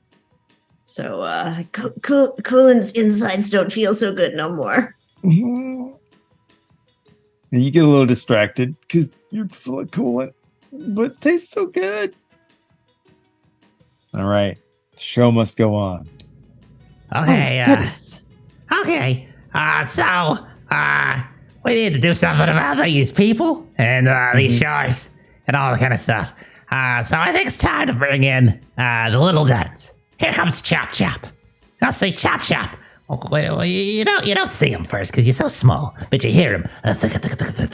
He's like a chopper. It's like he's like coming in, and you look up and you see him, and there's this tiny little like toddler goblin, and he's got one of them those propeller hats on. It's nice and colorful, Oh. and he got this little mini chopper just going whee whee round and round it goes. And then because only Slapchop's left, and Slapchop's sitting there kind of pulling the big old chopper trying to get it out from underneath the building where Chop Silly was. And as Slapchop pulls it out, accidentally lets go. But up in the sky is Chop Chop, so he grabs it out of the air. And they call him Chop Chop for a bunch of different reasons because they basically ran out of ideas. And then secondly, because he's got Chopper on his head and he's got Chopper in his hand. And so what he's going to do is he's going to go, can we say there's like power lines or something? Of course there are power lines, yes. And so Chop's going to go flying around. He sees everything that's going on. And he's going to chop up some power lines. Lots and lots of them, like heavy-duty power lines. That's a good idea. And they're all going to fall down and just electrocute all them stupid motherfuckers on the ground. Exactly, Like, make them do the electric slide. There's the show. Yeah, that's what I was going to do. So it's like, hey, chop. And so So it's Chop 2 Electric Boogaloo? Chop 2, electric boogaloo. I like it. That's good. Okay, so he gets one free and a chop. He's got his little hat. He's chopping the stuff in half, so that's a chop, right? Yep, totally. He's using a signature item. So that's like 4, right? I think that's 4. Is that right? That's how Okay. math works. I agree. I'll be honest. I don't really understand math. Doesn't really make any sense. I really just know 2 things. This half and that half. But hey, apparently there's other numbers. Here we go. And away it goes. Oh, okay. We're okay. I got a success. I got 4 to 3 cancel, but I also got a 3. So, yeah. I think I might have gotten someone, one of our allies, might have got tangled up in one of their power lines. And they're going, I'm like, nah, it's not And the supposed thing to be is, on like, there. the way that you're going about it, like, there's live wires now just all over the place. Now, you mentioned, like, in between your, like, little propeller hat isn't, like, a very, like, precision form of flights. You've just, you've got power lines on the ground everywhere. I mean, let's be honest. The fact that I'm flying to begin with, that's pretty impressive. It is. It really is. Yeah. Okay. But anyhow, I got 1 success. So there we go. That's amazing. I got 1. There you go. We just need 1 more and we're good. Okay. Well, someone else keep burning these motherfuckers and then we're going to be fine. Okay. So I'm going to say that Ginger was trying to like kind of crawl her way finally back out from under all of the crates that were the stage that sort of got all, kind of discombobulated or whatever. And she's like, just finally made it out. And here comes this like swinging electrical cord. And there goes Ginger. Nice. Yes, exactly. But man, it puts on this great show. Like it does the cartoonish thing where you can see her skeleton. It doesn't make any sense why. So then you've got Porsche that comes out from the backstage area. And we're going to go back to our roots as our goblin power messages of goblin success. And it's the whole 9 yards. It's the lighting, it's the goblin flag made into outfits, and all of the things that everyone would be duly impressed with. Yes. Microphone in hand. Let's see what we've got. I'm just going to say to everyone, you all are the top of the top. You all are the best. Spice Girls lyrics for the win. 5 of 5 and a 2. Okay, perfect. That gets us out of this. And of course, people love it when you tell them that they're awesome. So we're going to carry over the extra success into the next one. Yay. But you did get hurt. Do you get too close to your sister who's electrified? Or how do you think you hurt yourself? It's sort of that, like, they're choreographed and they're just used to doing things, and so it's just sort of the inadvertent, like, we're all gonna grab hands at this point, and then it's just sort of like reaching out to grab the hand. It's like, oh. Whoopsies. That's amazing. So now we come into the part 3 of this part. This is where we need to do some sneaky shit and actually get into the Spire. But we do have a small problem that arises as we had some local patrols come up, but now the heavy hitters are arriving as our final bit of chaos in this chapter arrives. You have not like just the ground police, but you actually have like flying, like think like a cross between a gladiator's chariot with kind of like a ski-doo with a bunch of like magic runes on it to have it flying around, as the paladins, as they are called, like kind of the more elite police force that roam around as a flying group, as paladins are now flying onto the scene on their flying chariots. I'm just picturing the chariot, but like on the side is that big old like Sea-Doo logo. I pictured it differently. I pictured like one half was a chariot, and then the other half was a Sea-Doo. Like split right down the middle. Is it the back end of the Sea-Doo that you stand on? No, it was like side to side. That is kind of what I was thinking, though. Like they're standing on the rear port, sort of like a Sea-Doo, but with that weird chariot thing in front. That's awesome. Oh my gosh. And like you basically see them, like they're kind of surrounding the area. You hear, you've got the microphone sort of things like, everybody clear away from the area. Move away. And you have one that kind of steps forward that has like the more regal uniform. These ridiculously sized pauldrons, takes off the helmet, and you've got the hair that just suddenly, as soon as the helmet is off, poofs up nearly 1.5 feet tall. His teeth, his chin is jutted out way too far, almost like Mick Jagger style, and the teeth are just so huge. And you know that this is the 7th son of the High Matron, Chetney. Everybody, move away! You have ruined this event of my sister's coronation. My mummy set up this holy dynasty. How dare you ruin it? Step away, you filthy cretins! Out! Out now! Go! With this emblazoned, for as ridiculous as he sounds, he does have freaking power armor on. There's a couple of his people behind him that actually have like full on like exosuits on them. But the And yes, heavier, Chad, pompadour hairstyle.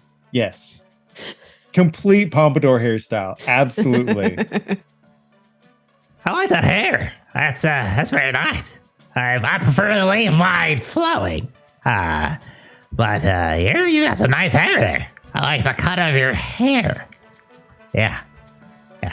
I got nothing to do. I just wanted to say I like his hair. That's it. So he's not immediately like watching all of you. He seems to be more full of himself, kind of making a pose. But you do have the paladins now surrounding the perimeter of the spire, making it slightly more difficult to sneak in. Now, do the paladins also have these like power suit things on? There's kind of a mishmash. You kind of have a mishmash of some of them look to be more mobile, like with their aerial, gladiator ski-doos. Oh. And some of them are more like your heavy, exosuit guys. Coolant needs to refill Kill-All's fluids as they've spewed them all over the ground. And, This is the difference between like your street cops and then like the higher ups, like private security force. I see private security force with a lot of mech's juices that I could squeeze out. Oh, I like that plan. I would like to turn the Kill-All into a backpack jerry can and start hyphening some of that cool liquids Yes. out of there. Okay, I incredibly support this. That's a great idea. Let's their mechs might not work after this, but it'll be great for Kill-All. Mm-hmm. Yes, absolutely. So I think that is sorry, 1 second. Down you go, Max. That is about 3 dice to do that. Okay. 4, 1, and a 6. Okay. 6, you 4, get- 1. You get a success. You do suck off some coolant that's going to hamper its effect. Okay, yes. but don't give me that face. Yes, you sucked off some coolant. I'm going to double down on it. Don't shame me. I'll say sucked off a third time. I don't care. Sounds like Jeff wants After to go you suck second. off that coolant. Yeah, I sucked off all the coolant. You did. I think one of them was a 1, right? There was a 1, yes. So I sucked Yeah. a bit too much into myself again. It's not good for your lungs. That stuff was not meant for your internal organs. It's really not good for you. Oh, I think coolant is about to kick it. Yeah, but the good news is you have this amazing energy supply, and one of their big heavy exomech suits that should have been a major deterrent is very sluggish now. So the next person to go, if you can point that out to them, they're going to get a +1 to all their rolls because there's a weak link in the defenses here. You just see like quite a bit of spurting coming out of the back end of one of the mechs. What, Jeff? What? I'm not thinking about the butt. You're thinking about the I butt. just really liking the phrasing that's going on here. Yeah, me too. I really enjoy when things spurt out the back end. Me Oh, too. my. Setting that up just for you. Uh, I will go next, though, if that's all right. I If no don't one want else to run has an into a idea. dang fish in the dark. Oh, my. Okay. I will go if no one else has an idea. Yeah. Slap So job's going. as fluids are spurting at the back, Oh, yeah. hop on in there. Oh, yeah. There's nothing Slapchop likes more than just getting on up in there, you know, and splitting that back end in half. Like, that's what he's looking to do here, because he chops things in half. And so he's going to go after the pompadour guy, all right?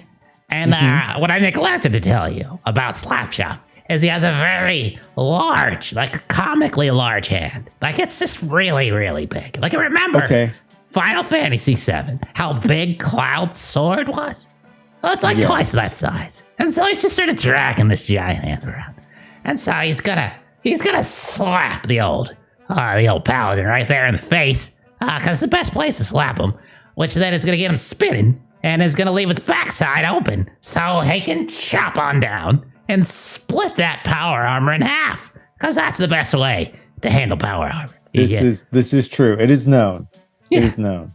So I got one for me. Oh, yeah, exactly. You can't only eat one. No, wait, that's not the right thing. I don't know. Never mind. Okay, so I got myself.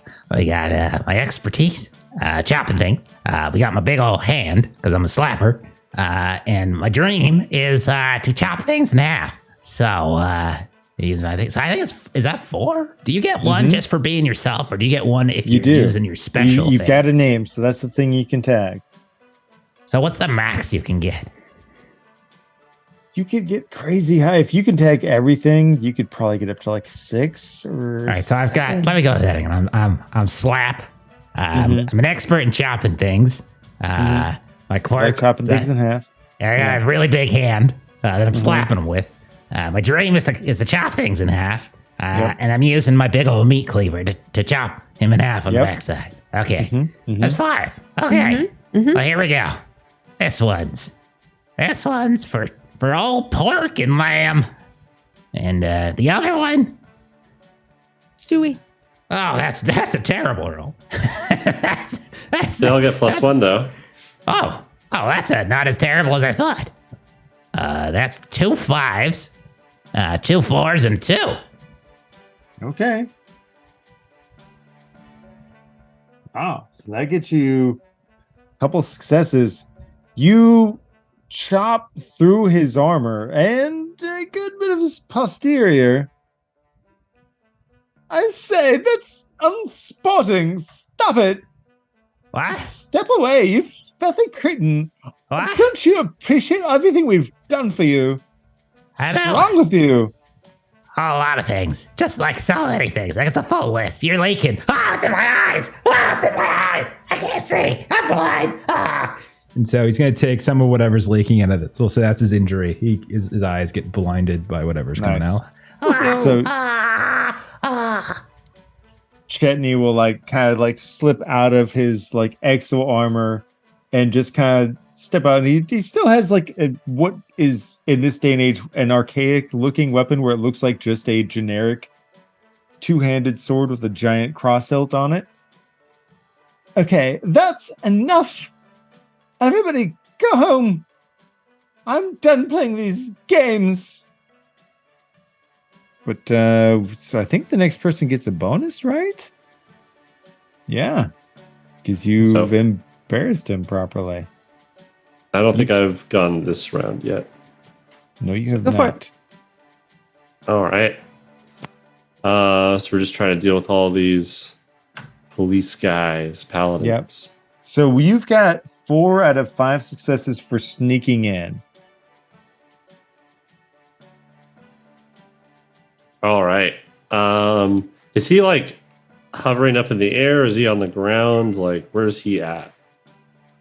This I think at main this guy. point, maybe he stayed on his chariot, whatever you want to call it, but he threw the exosuit aside, so it's now just him, his sword, and his little flying chariot thing. Okay. I'm gonna whip something up and throw it up at him. I'm gonna use fizz, and fizz is good at making like acidic type of corrosive things with his alchemy. So he's gonna start scrambling some things together, pull a whole bunch of just random components out of pouches and things that he's got, and rips some spices open, throws them in, and shakes it and lobs one over at this guy. So that'll be 1 for rolling, 1 for fizz, 1 for alchemy, and then 1, or I don't get an additional die, but they all are up by 1 from the bonus. Okay, cool. So that'll be 3.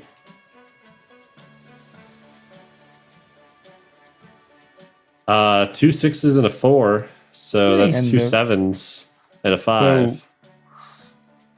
And we're coming up on 10:48. So here's what I propose. Like, this is incredibly impressive. Like, this is the sort of thing that somehow creates such a huge demonstration that people will remember it for a generation to come. What happened that was so impressive? Like, you've got the head of the Paladins right out there, this private security force, but then so I think I throw this like corrosive thing onto him. He's on his little like speeder thingy, and it just starts melting through him. He screams horridly, and then it melts into the speeder, which messes with its controls, and it just takes off and goes into the sky, and then just explodes. oh God, why? Mummy! Mummy! Help! Mummy!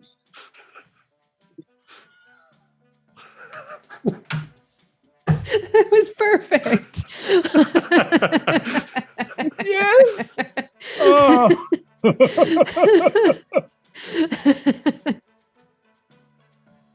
So you guys have you've put on a huge show. We've cut several things in half. This will definitely be something that's remembered. Like, you put the Spire's private security to shame.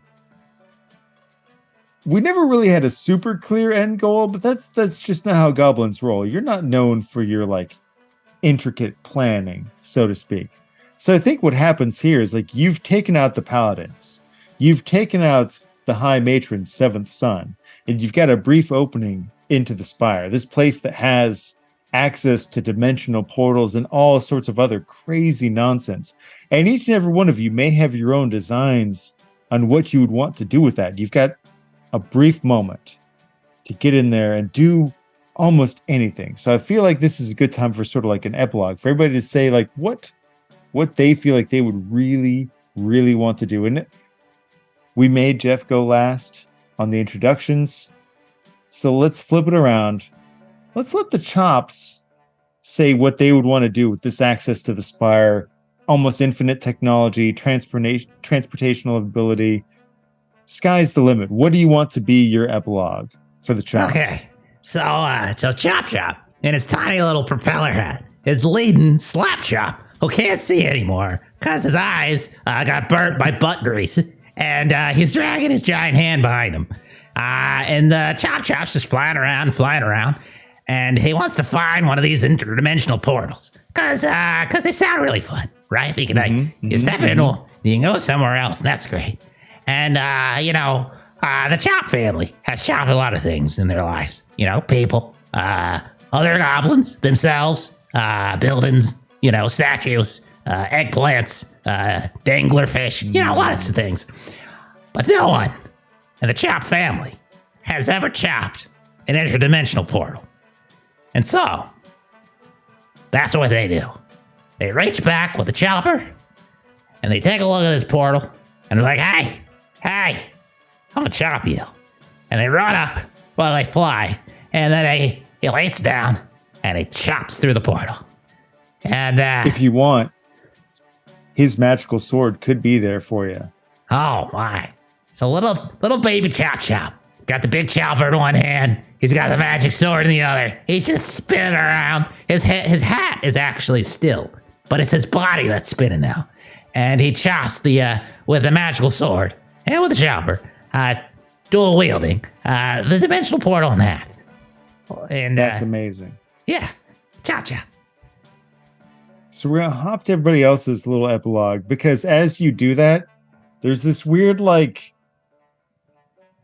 interdimensional singularity that starts to happen where you chop that portal where things are all just kind of starting to get absorbed in black hole style. So that may inform what other people want to do, because you did successfully chop a black hole, and you kind of get that thing if you chop anything, eventually will you ever reach nothing? That old argument of can you go to infinity going by half, or eventually just can you chop something so small it becomes nothing? Well, that sounds like nonsense. You can always chop something in half. Yeah, it does. But the interdimensional time-space continuum seems to be perplexed by that, and there's this countdown to some sort of horrible event that's going to happen from you chopping that portal. Oh. Or great. Who knows? Nuts. It's fine. It's awesome, though. You did this. Nobody else has ever chopped a portal. That's true. Okay. So, Spice Gobs.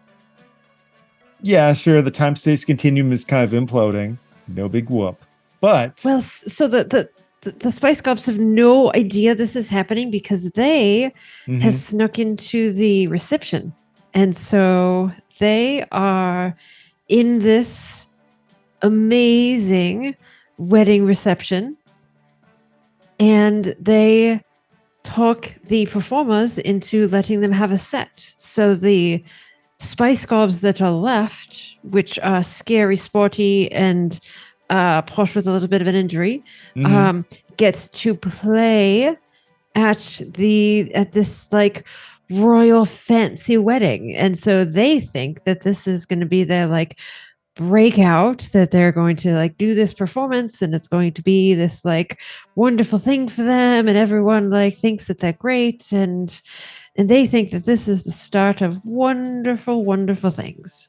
Excellent. And with that weird imploding business going on, your stage isn't just for this world or the next world, it's interplanar. The Spice Gobs become an interdimensional phenomenon. Now, for some people, they legitimately love them. Some of them just take clips of it and kind of laugh. But, it's still views are views, and that's what's important. And you get all the views. Fame is fame. Fame is fame. She's the best, yes? Yes, absolutely the best. Meanwhile, Slapchop is trying to make his giant fist bundle together to plug that gape. But he just can't. But we'll go back to Burble. As you're trying. Mm-hmm. Yeah. Now that we're in the Spire, there's all sorts of new ingredients and things. And I don't think anyone's ever tried to put a portal inside of a potion. And I think that'd be like one of the first things they do is he just grabs like a Fizz still. So Fizz is like gonna have one of his like little potions open, just run into the portal. It's probably not gonna work at all, but it's just gonna send him somewhere else, so that's where he's gonna wind up. Don't put the portal in the bottle. Let me eat the portal. Have your friend use his giant meaty hand and push the portal into my mouth. Okay. And we'll do that. We'll bring Squirtle over. Eat the singularity. Feed me the infinities of your reality. Give it to me. Nothing bad will happen. Nothing bad will happen as Squirtle is now swallowing this imploding black hole that gives him access to the entire realm of all reality. It's all good. Yeah. And then, we'll go over to the buzz. Boom, battle bots, baby burger, busy Bob? Yes.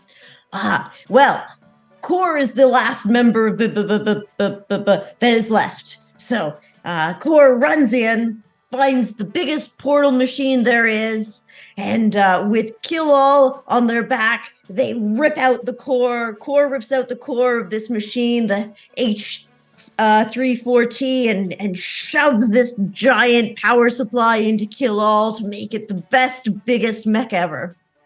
Nice. Does it become the defender of the universe? World destroyer. Nice. What does your super ultra gobbo mech look like? So it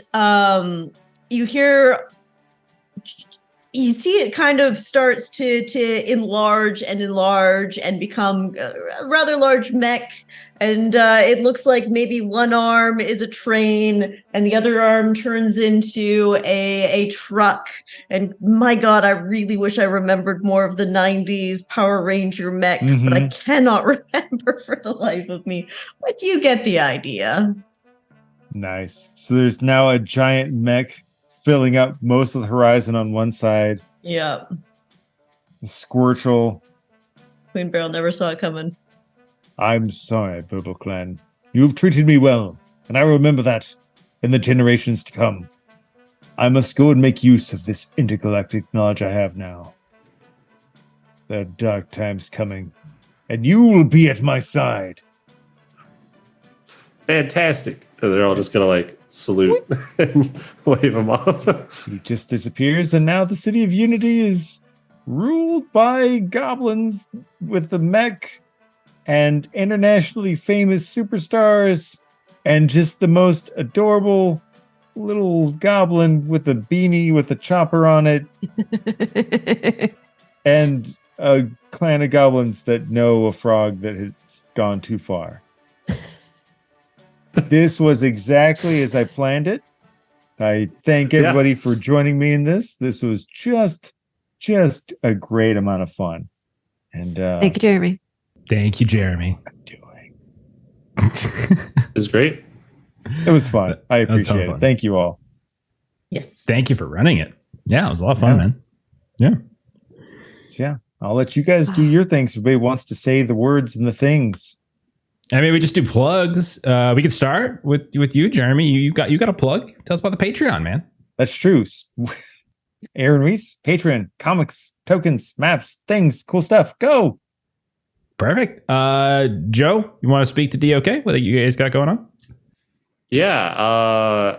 I don't know our schedule very well, but tomorrow I'm running my Anvia campaign, and I can't remember what else is happening. Next Wednesday, the I important think, thing is was it the night below? You guys are doing DCC. Is it the night below? Is that what it is? I'm not into everything like Chuck is. So. I think it's a DCC. It's true. That is what we're doing on Wednesdays. Yeah. Okay. We're super classy. Yeah. And then And is this Tuesdays a and Saturday night Thursdays. thing? Saturday night thing is not streamed. That's released later on Grim and Perilous. Right. Also Tuesday, Thursdays, I think they got the Pathfinder. Their Pathfinder. Speaking of goblins, Oops All Goblins, I think releases Tuesdays and Thursdays. Yeah. Cool. on YouTube. And then for us, what do we got next? Tomorrow night we are back. Aaron will be back. We're playing some Conan as we're pretty fucked. That's pretty much all there is to it. Saturday, pretty much. Saturday we're doing One Ring, second edition, continuing our Waking Vingmar campaign and getting very close to the end. I think we're down to maybe 5 episodes left. And yeah, I know it's just dwindling. I have episodes that happen during the week in my head, so I just count them down and I just, there it goes. Monday, not sure yet. We've been doing a couple randos for the last couple of weeks. But we will be starting up on the 18th. We're going to be starting up some Monster of the Week. So we're going back to our alternating Mondays where we play kind of 2 different games. Monster of the Week will be one of them. You can see Jeremy and Melissa in that one. And then on the 25th, we start up our other one, which is going to be a game called Fried Empire, which is like a space opera, Mass Effect kind of style of game. Joe's going to hop into that one as well. Tuesday next week, we got a special game as Aaron's going to be running. Do you remember what it was, Kipser? Do you remember the name of it? I don't remember the name of it. We are, oh God. I know Aaron, it's Ninja Turtles, basically, right? Isn't that kind of what it is? It's teenage dirtbag something. Yeah. It's a one shot. So we're doing a one shot because we will later this month, we're going to be doing a Pirate Borg one shot on Talk Like a Pirate Day. And then after that, the week after that, Stephen will jump back in the GMC. We're going to be starting to play Marvel. Oh, you have it right there? Ooh. Okay, perfect. I was busy doing this instead of looking up Aaron's game. Sorry. And 20 cents to welcome every in. story. Yes. Thank you for the raid. We are just finishing up. You missed a absolutely weird game of Goblin. Actually, I think it's a normal game of Goblin Quest. I think that's pretty much how all the games I go. I still remember that one time we played Goblin Quest where Dan and I went up the butt of a Godzilla or something like that. Remember it was, or Cthulhu? Cthulhu. It was Cthulhu.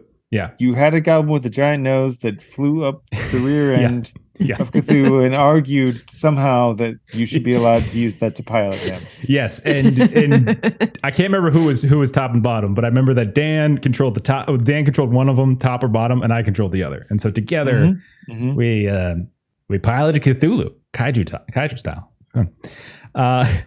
Let's see what else we got. And then next Thursday we'll be back to die. We are off this week because, as you can see, a couple of our friends are missing. So we'll be back next week to more die. All right. Well, I think that's everything, right? Follow the channel. If you haven't followed the channel, that'd be great if you could. Thank you to Lost Caravan RPG and 20 Sides to Every Story for the raid. If you haven't followed them, please go follow them as well. Speaking of raids, it would be rude of me not to continue the raid train. So let me remember that I probably should have had this ready to go. So I'm just going to keep talking. We had a lot going on. We had a couple of raids. We had a raid at the end. We've got a different cast tonight, so we're figuring out who's doing what shout out because it's not necessarily the usual way we do things, and we're making it work. We are making it work. Let's do some Happy Jacks RPG. How about that? We raid them sometimes. So let's look at that. All right. Yeah. Thanks everybody. Thanks Jeremy. Sorry. That was great.